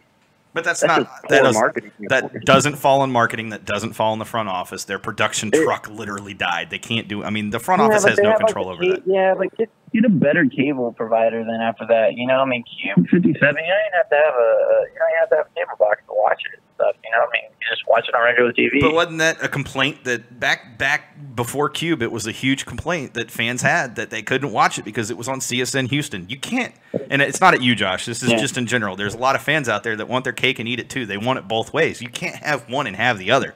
You get one or the other. You don't get both. So, you know, it would be different if there was a local provider, you know, Channel 2, Channel 13, that actually, you know, gave a damn about the Dynamo enough to, you know, to say, hey, we want to go into a deal and we want to be your official broadcast partner. Mm-hmm. But none of those channels stepped up to be the official broadcast partner. The only channel that stepped up was Cube. And so, the Dynamo can't, you know, it's different now. Maybe they could ink a deal with YouTube or something like that to at least be able to watch the matches. But let's be real, that's still a backup way to watch it. Yeah, I mean but see, the problem is when you go into a broadcast agreement, you aren't allowed to have a backup deal. Those broadcast agreements, they're set up in such a way legally that you can't. If I would have known it went out, I would have just Facebook Live the video. But then y'all would have heard me crying like a little girl. Which I will say, it smelled like really old jerky in there. Okay, it smelled like Southern Oklahoma jerky in there. Well, gee, did it really? I can't imagine why. That's where you were. Anyways, hey man, we got to let you go because we need to. We actually have we've got less time than I thought. So we're gonna let you go, Josh. Hey man, I appreciate you calling in. We're gonna continue talking, so I hope you'll keep tuning in. And I need to talk to you after this is over. For sure, love you guys. I'll message you on Facebook. Yep. Love you too, Josh. Thank you, Josh. Appreciate you, man. All right. Bye. No more calls. We're not taking any more calls. We've got things to go talk about now. Cisco says Channel 2 was the broadcaster when they first started. It was Channel 2. It was like 2.2 or something like that. You know, the HD2 channel. What are you doing? Oh, mute it. Oh, mute that channel. That's Yeah. 4 now, right? Yeah, that's 4. Whoops, wrong button. That's not mute. That's mute. There we go. And I can mute 3. Okay, anyway, so, okay, we said we were going to talk positives, and damn it, I'm going to do everything in my power to make sure we talk positives. So we are going to go to a break real quick because I need to refill my, oh, no, I've got water. Never mind, we're not going to a break. We're just going to, I'm going to power through. So we're going to talk positives. So here's the positives, guys. Number 1, we have U.S. Open Cup final coming up on September 26th. That's a huge positive. Yeah, I know the MLS season has sucked, but that's absolutely a huge positive right now, and something we can cling to. Number 2, the offense is still playing pretty decent. When we scored 2 goals against Frisco, who's been a team that hasn't allowed a lot of goals at home. They've been a very decent home team. Why are you... Oh, are you recording this on your phone? Dude, what the hell? Okay, can we start over? This is awkward. It's just weird. Now I see myself in 2 places at once. So additional positives, right? Look, Wilmer, for all his faults, he's been a decent coach. I mean, I feel like if you look at considering what we have available to him, he's played some pretty decent lineups, and we've had some pretty good results. We've also had some really bad results, but we've had some good results. All without our best defensive mid, bar none. Look, there are teams that if they lost their best defensive mid would be in serious trouble. Look at Seattle when they lost Alonso a couple of seasons ago, or last season for 6 months. I mean, the guy was... It was a totally different team, and they came back as soon as he came back and started playing really well. Even in the Premier League, if a team loses their best... Look, if Chelsea lost Conte right now, oh, that would be a different Chelsea team. It'd be terrible. Chelsea sucks anyways, but that's neither here nor there. Yes, that was for you, Blues fan. But also positives. Let's continue with positives. There are passionate people in the front office. You have passionate people in the sales office. You've got guys like Jay Adelberg. And I know there are things and rumors out there about what's been said by certain ticket reps, and I can tell you for a fact that what's been said may be true, but it's not being said by who they think it's being said by. And I've discussed this, so we'll leave it at that. Yeah, exactly. That was at you, Blues. Other positives. Look, Matt Jordan is making diamonds out of coal at this point. I mean, he's been handed a very small salary budget. The team doesn't want to pay more in salary than they have to. And he's managed to find some very good players. Look, Elise is a very good player. Kyoto is a very good player. He may not look like it when he's frustrated, but you can't deny he's a very good player. He has his moments where he's very good. You can't deny that Cabezas obviously is a very good player because without him, we suck. You can't deny that Senderos has moments where he's a really good player. And he's found these players on the dirt cheap. And you have to give credit because he's been able to find these players at salaries that, frankly, other teams can't afford to even consider because most players would walk. So the fact that he's making all this work as a general manager says, hey, we've probably got the right general manager. What we need, though, is accountability at the coach level. And look, for all of Kennetti's faults, from a business perspective, the team is one of the most profitable teams in MLS. I know that's crazy, but they really are one of the most profitable teams in MLS. You've got a new director of sales, or not sales, but a new director of customer service that just started a few weeks ago. And he's a really good guy. He's got some great ideas. He's really passionate. And he really wants to see customer service improved, and that includes the service reps. He wants to make sure every season ticket holder has a rep and that they know who their rep is. I know, guys, that sounds like a completely foreign concept for most of us, but that's the way he wants this to work. So I say all these things to say, look, there are positives we can have. Boniek has played out of his mind in most matches he's played in this season when he's been a sub. Memo has been one of our best subs off the bench. Look, Machado, when paired with Senderos, was one of our better center back combos. Machado paired with Fuenmayor was not bad. Lundqvist came in, and he's been a fantastic outside back. Beasley can go away for all I care now. AJ is almost ready to come back, and there's never been a better time. Wenger is out of his element all of a sudden. I don't know what changed. I don't know what mentally has happened to him, but he has completely lost it. But that's okay because AJ is almost back. He's ready to come back. I really wish Wilmer would just freaking let him start. Sorry, frustration. Let's see, what other positives? Throw me some positives, guys. I know you have some as well. Lundqvist is good enough to play center mid. Maybe, possibly, but he's definitely better as an outside back. Or a winger. He can play winger, for God's sakes. He's at least fast. Let me play that. Tyler Derrick is... I can't say that. I mean, it's positive. Tyler Derrick is back. He's first team ready, in my opinion. Look, he's got his past. He's got his history. But at the same time, I think the guy deserves a break in this case. I think that a lot of the fan sentiment about him right now is very unfair. And look, I don't agree with what's happened. I don't agree with the situation. I don't like the situation. I think it sucks that situation occurred, and I don't condone the situation in any way. But I do think that the guy deserves another chance in this particular case. I think that you can't cookie cutter every case. And look, I'm not saying that the victim is wrong or that he's wrong or whatever. He's wrong. But at the same time, you can't completely disconnect a guy. That's just the worst thing you can do. And look, so get him back. Let him play a couple matches, which he did at RGV. And he looked phenomenal at RGV, did he not, Edson? He did. He looked phenomenal. In fact, he preserved a clean sheet, which has been a very rare thing for RGV this season. So bring Tyler back. Let him start for the love of God. And I promise you this team will be better. Joe Willis is okay. Not great. He's got moments, but he's not great.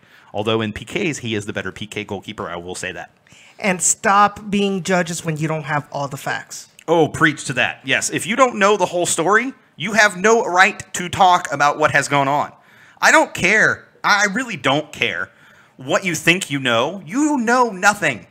Unless you are part of the original what happened, the incident, you don't know anything. It's all hearsay. It's all she said, he said. Look, there may be picture evidence. Nobody's seen them. I can guarantee you that.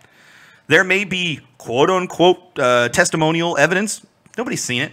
And look, yeah, he pled guilty. That doesn't mean a damn thing in our court system. All that means is he didn't want the case to go to court. That doesn't mean he's guilty. It just means he pled guilty because he didn't want to deal with the court system. How many people have pled guilty that are actually innocent in our justice system? Probably a whole lot of people, I would imagine, because it's a lot easier to just plead guilty, go through the court-mandated steps, and get it wiped from your record, which is what happened with Tyler Derrick. He made it through his year, and or he's going to make it through his year, and they're going to wipe it from his record. So it's like it never happened, which kind of should tell you guys that, look, maybe there's more to this story than just he did it and that's the end of the story. The fact that the DA put, hey, we are willing to give you what essentially is deferred adjudication. I don't remember what they called it, but they're going to wipe it from his slate. That's a pretty big deal. And I wish more fans would take that into account. You're not a legal...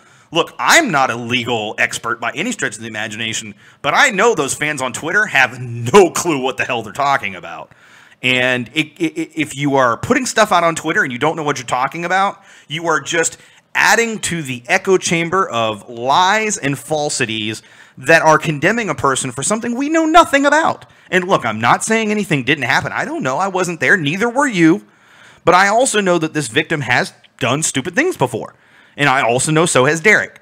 But I'm not one to judge. I am not perfect. You definitely as hell are not perfect. Nobody's perfect. Don't expect perfection. Even from your sports idols, don't expect perfection. They're bad people, trust me. All of them are. So just know that, look, at the end of the day, it's okay to just go, look, I don't agree with what he did. I don't agree with what's happened. But he's a human being. He's made mistakes. He's trying to atone for those mistakes. He's going through the process.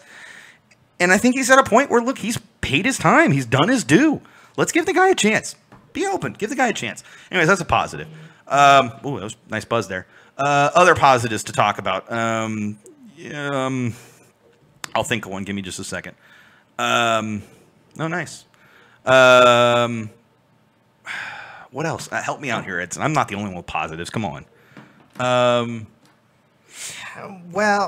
Eric Bird's been phenomenal when he's played the few times he's played. You've got a guy as a backup D mid / center mid that can play, that can replace Alexander's expensive as hell contract.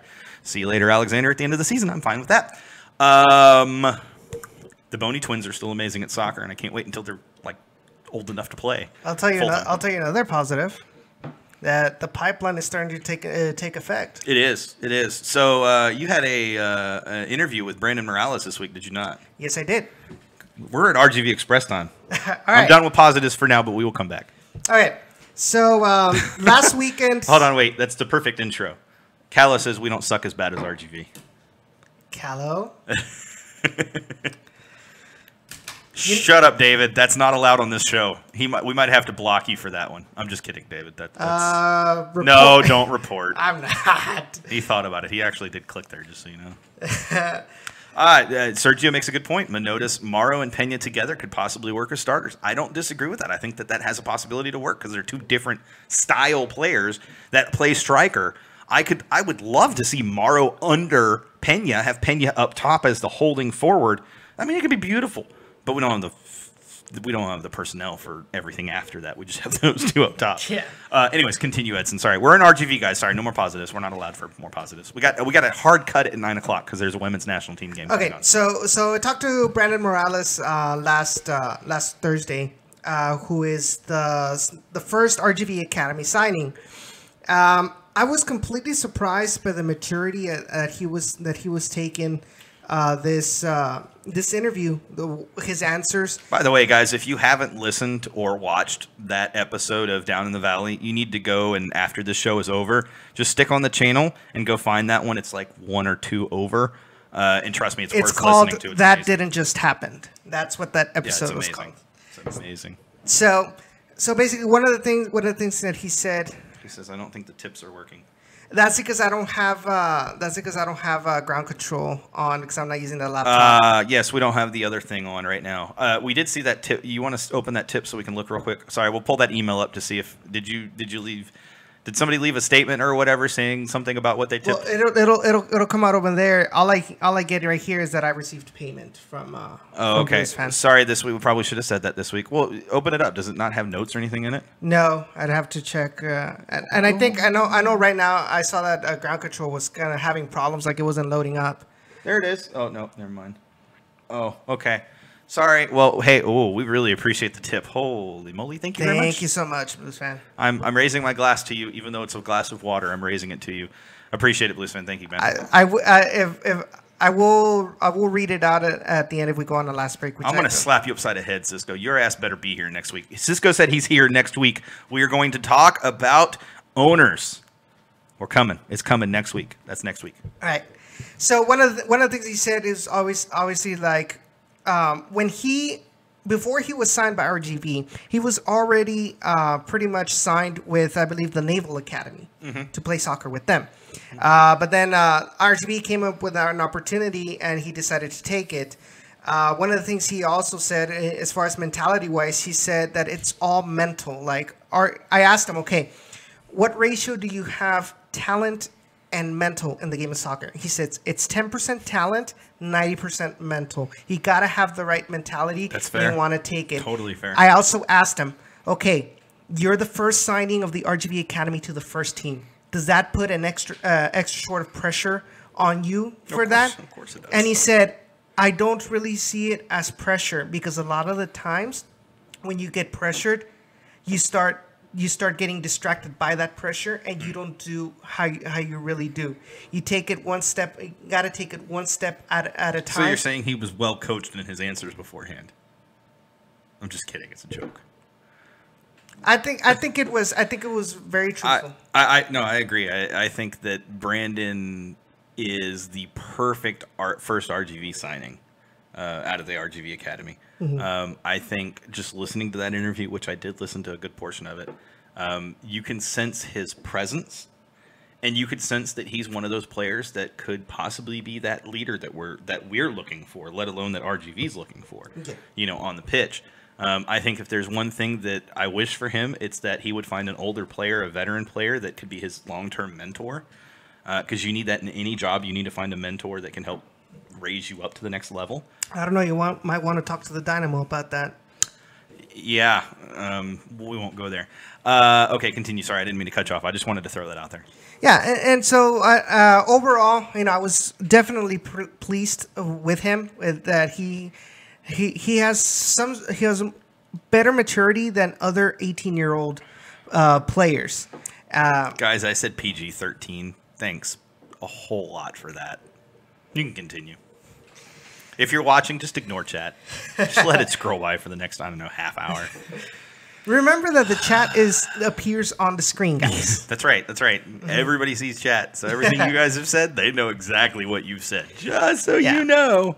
Okay, continue. So, and I think it was a sight for sore eyes, after that horrible performance on Wednesday by RGBFC, going back against playing horrible against your rival. Except this one was worse because they completely annihilated us at our own home. What was the final? The final was 3-1. It's not completely annihilated. No. I'm talking the way the San Antonio outplayed us in the second, especially but in the second half. it was at RGV. If it wasn't for Nico, it would have been much worse. Yeah, well, you know. And so that happened. So Chuy Enriquez scores in the first minute or minute and a half of the game. I'm driving down from work. I see that. I'm like, oh my god, this is gonna be awesome. It's gonna be epic. And then from then on, especially after they subbed off, I believe it was a center back to put in another attacking mid. I'm talking about San Antonio because McCarty was injured. He got into a head-to-head collision with Carlos Small. So he was subbed out and put in another more attacking-oriented midfield. From then on, like RGB completely lost control. And like I said, if it hadn't been for Nico Corti, they would have scored a minimum of 2 goals in the first half alone. So let me ask you a question, since we have just a few minutes left.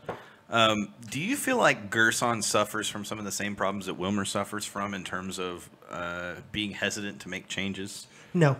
In the match, in the middle of a match? No. Is he more? Do you think he's more inclined to make the sub when the sub really should be made? Yes. So he's more tactically aware, in your opinion? He is more tactically aware. He will try to put in, for example, change it to from the 4-2-3-1 to maybe have two attackers up on top with Jordan Jones and Carlos Small or Aldo Quintanilla. The thing that does concern me about Gerson Echeverri, and I think this has to be more along the lines of, maybe they're imposing players that should be played, because Bryce Marion, who has been another player that has made a difference when he comes in, hasn't even made it to the bench. He didn't make it to the bench this time. Aldo Quintanilla actually was injured. That's what Coach Echeverri said. Cisco's question. Cisco, I am not really. The question is Marcelo going to be at RGV next season? Marcelo Palomino, guys. Correct. But I have no idea at this point. It has been very hush-hush about Marcelo Palomino so far. And also what I do like, I've said it before about Gerson, he tends to be a little bit more transparent, especially with Wilmer's the anti-transparent. There's not transparent bone in that man's body. Yeah, because so in the post-game press conference, Ray asks him, by the way, thank you, Ray, for the videos. Ray asks him, hey, Bryce Marion, Aldo Quintanilla, tactical decisions? He flat out says Aldo Quintanilla's injured, and yes, Bryce Marion, totally tactical decision. Yeah, coach. He could have easily come up with any BS excuse to why he wasn't up. Now they're just not ready. He's just not ready to play yet. Something like that. Yeah. He's not quite ready yet, type thing. Mm-hmm. He picked up a not practice, whatever. Yeah. Just saying, I've heard these lines. That's why I'm using them. Mm-hmm. And obviously another big thing about this match was how were the ex-Toros going to play this match? I believe the only one that started was Charlie Ward. That's because Ibiaga's with New York. And no, but remember, Ibiaga's a center back, and Charlie Ward is a defensive mid. No, I didn't. Because you said only one of them started the match. I said that's because Ibiaga's in New York. But that's because Escalante was in the bench, and so was Escalante sucks. And so basically, the big question was, how was Charlie Ward going to take this match? Yeah. And they asked him, the media for San Antonio asked him, and he says, I have a lot of respect for this organization, because this was the team that gave me an opportunity when I first came to the United States. When other teams wouldn't. Yes, and then he also had an interview with Ray.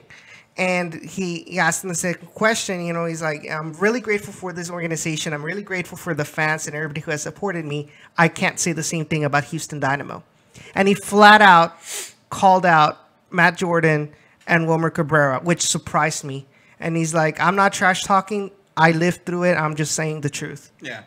I mean, and some of it I think is sour grapes, because just like Ibiaga, I feel like he just expected to get a better contract than he was offered. But at the same time, look at the way that Jordan has operated with this team since he got here, and it's been the way he's had to operate with this team because of financial structures and things like that. And he's never going to offer a guy 40, 50,000 more than than Jordan views him as being worth. Look, at the end of the day, Charlie Ward is replaceable. I hate to say it, but he is. But see, the thing with Charlie was he wasn't talking about whether he was getting paid or not. He's like, I never even got an opportunity, just one game. But didn't Carson say that last night too? Or was that last night? No, that was Monday night. Monday. That was last night. Yeah. Holy crap. Okay, it feels like more than 24 hours ago. And I didn't even drink anything at pitch 25. Carson said, that some of that also falls on Charlie. I mean, every time he had an opportunity to start, he got injured. Or he was injured shortly thereafter. He was never consistent because he was always injured. Yeah, but okay. So here's the thing. So is it more on Houston Sports Park or something because he hasn't been injured with San Antonio? It could be. I mean, they sometimes practice on the turf. But normally they practice on the grass field. So, I mean, it could be that the grass field is maybe too squishy for some players, but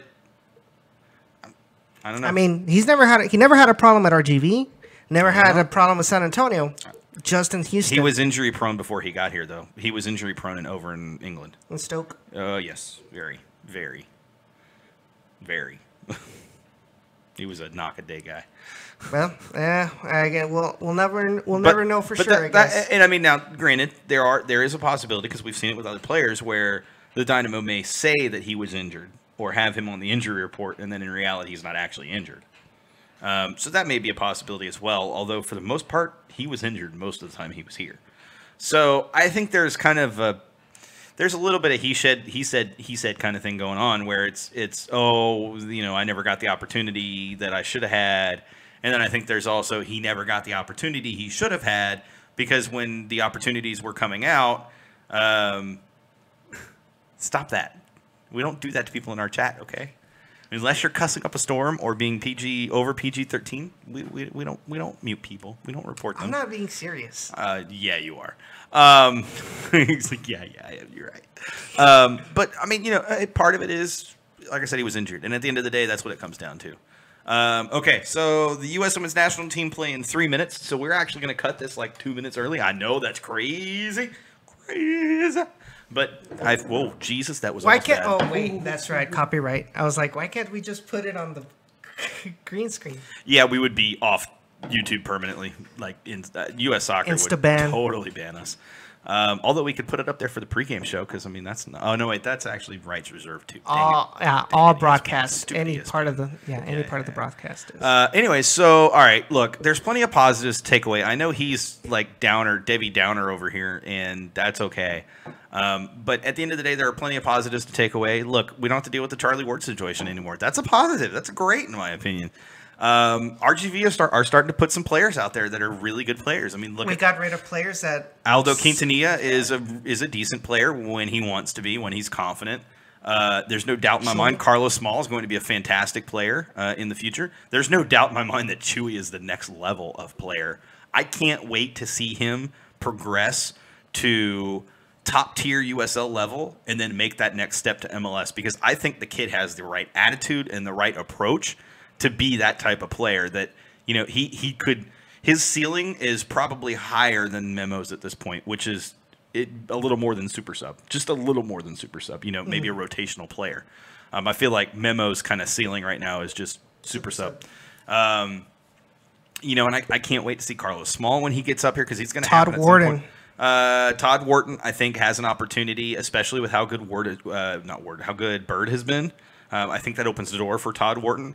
And that's about the extent. Bryce Marion, I'd like to see him get some more starts there at RGV so he can work through whatever it is that he needs to work through so that he can get prepped to come to the Dynamo because I think he's one of those players that, frankly, at a position that in 2 to 3 years we're going to need somebody at right back. Right winger because Elise or Kyoto are going to be gone. It's going to happen. And so I'd love to see Marion up there at right winger because I think him and with either Elise or Kyoto on the left wing. Oh, dude, it's I get all shaky. Yeah. The only thing obviously is you got 30 seconds. Better. Well, apparently there's still basketball going on. Oh, is it going late? Okay, cool. And then well. Really, Cisco? He's got a bright future in something other than soccer. Just saying. Anyways, But yeah, we will talk a little bit more about that on Thursday. Is it Thursday this week? Yes, because Okay. tomorrow they're playing against Phoenix Rising. So we've had a lot of wait. requests to move the show to another day. The problem is that really, honestly, for me and Edson, Tuesday is the best night for us to do it. Kind of sucks, but that's kind of the way it goes. So keep on asking. It's probably not going to happen. But I will entertain the thought. I just don't know what day it would be other than move us to Wednesday and then you guys do Thursday or vice versa. The problem would be the midweek games, and we already seen with midweek games either way. yeah, no, but the Oh, you thing mean is, for RGV? no, I'm talking because like for example, almost all weekday games are Wednesdays, and so it doesn't. Dynamo have only had one Wednesday, they've only had one The- Thursday, and they've only had one Tuesday this year. The point I'm trying to make is, for Oh, example, except for Open Cup. Okay, yeah, the you're point right. I'm trying to make is the inconsistency of schedules isn't No, doesn't it's help. not. No. I meant permanently move to another day. That's what they're asking for. I know. So if we move it to Wednesday, we'd have to continuously. Oh well, we're doing this show on Tuesday because of Open Yeah, Cup and yeah. stuff like that. So Yeah. might as well just keep it on Tuesday. No, I agree. That's why I said I'll entertain the idea, but that doesn't mean we're going to. I mean, I'm entertaining the idea of moving down in the valley to Thursdays permanently for that same reason. We'll do it. All right, you heard it here first. Down in the Valley is on Thursdays now at 7 p.m. Central on Down in the Valley YouTube. We do get our better ratings on Thursdays too. YouTube.com/Down in the Valley. So this Thursday we'll talk a little bit more about this in the South Texas Derby. We'll talk more about the post-match thoughts by the players. Do I need to bring tissues for you? No, I think I'll be fine. Okay, just thought I'd ask. Yeah. So, yeah, Derby's on Team Tuesday. So Yes, we'll talk, Darbs. and we'll also talk about what happened tomorrow against Phoenix Rising, and then we'll also talk about Saturday's game. Is Emilio still with the team? Emilio Garcia. The guy that they got from Phoenix Rising? Yeah, that guy. Hernandez. And- Emiliano. No. Emiliano, yeah. Emilio Hernandez. Emilio. See, I wasn't okay. Emilio. Ermilio. One letter Hermilio. difference. Okay. Yeah, No, yeah. It starts with an E, Yes. not an H. So he has been at this San Antonio match was his official debut, where they announced that he was signed with the Just team. seems like a perfect opportunity to give the kid another start so that he can play against his old team. Well, because he only played two games with them. It's still your old team. I know. I'm just saying it'll probably be If some Ward sort got of. an opportunity to play for New York City against the Dynamo, you think that guy wouldn't jump at the opportunity? No. How many matches did he play for the Dynamo? My point, my point is more likely because he got only two games with Phoenix Rising. He wants a sort of revenge. Of course, you know. absolutely. Same thing with Ward, right? Yes. Same thing. Anyways, all right. Well, it is time to cut it. We are 2 minutes over. Hey, we appreciate you guys tuning in. Remember, you've been listening to Generation Orange, a Houston soccer internet show and podcast. Thank you, O's. We were amazing. Stay tuned. We will be posting the podcast links on Friday or Saturday, one of the two. Thank you, David. We appreciate that. Guys, thank you for tuning in live. Remember, we go air live on Tuesdays at 7 p.m. every Tuesday at 7 p.m. Central. Thank you, David. On youtube.com/Down in the Valley. Really easy. Thank you, custom URL. We are on Twitter. Follow us on Twitter at Down in the RTV. Make sure you guys also check out the Keeper Notes / Mixed Zone podcast from Jen Cooper. She's amazing. And you don't want to miss it. She does really awesome interviews with some really cool women's soccer people. And they're amazing interviews. They're can't miss interviews, actually. We try to tweet those out whenever we can as well. Make sure you guys follow Down in the Valley and check them out on Thursday this week and probably Thursdays going forward very soon at 7 p.m. Central on the same channel, youtube.com/Down in the Valley. I love that it's custom URL. It's so easy to remember. And then also do us a favor and like, share, and subscribe to the channel, please. And remember, guys, stay forever orange. -TF on. And we are Toros. And we are Gen Orange. Take care.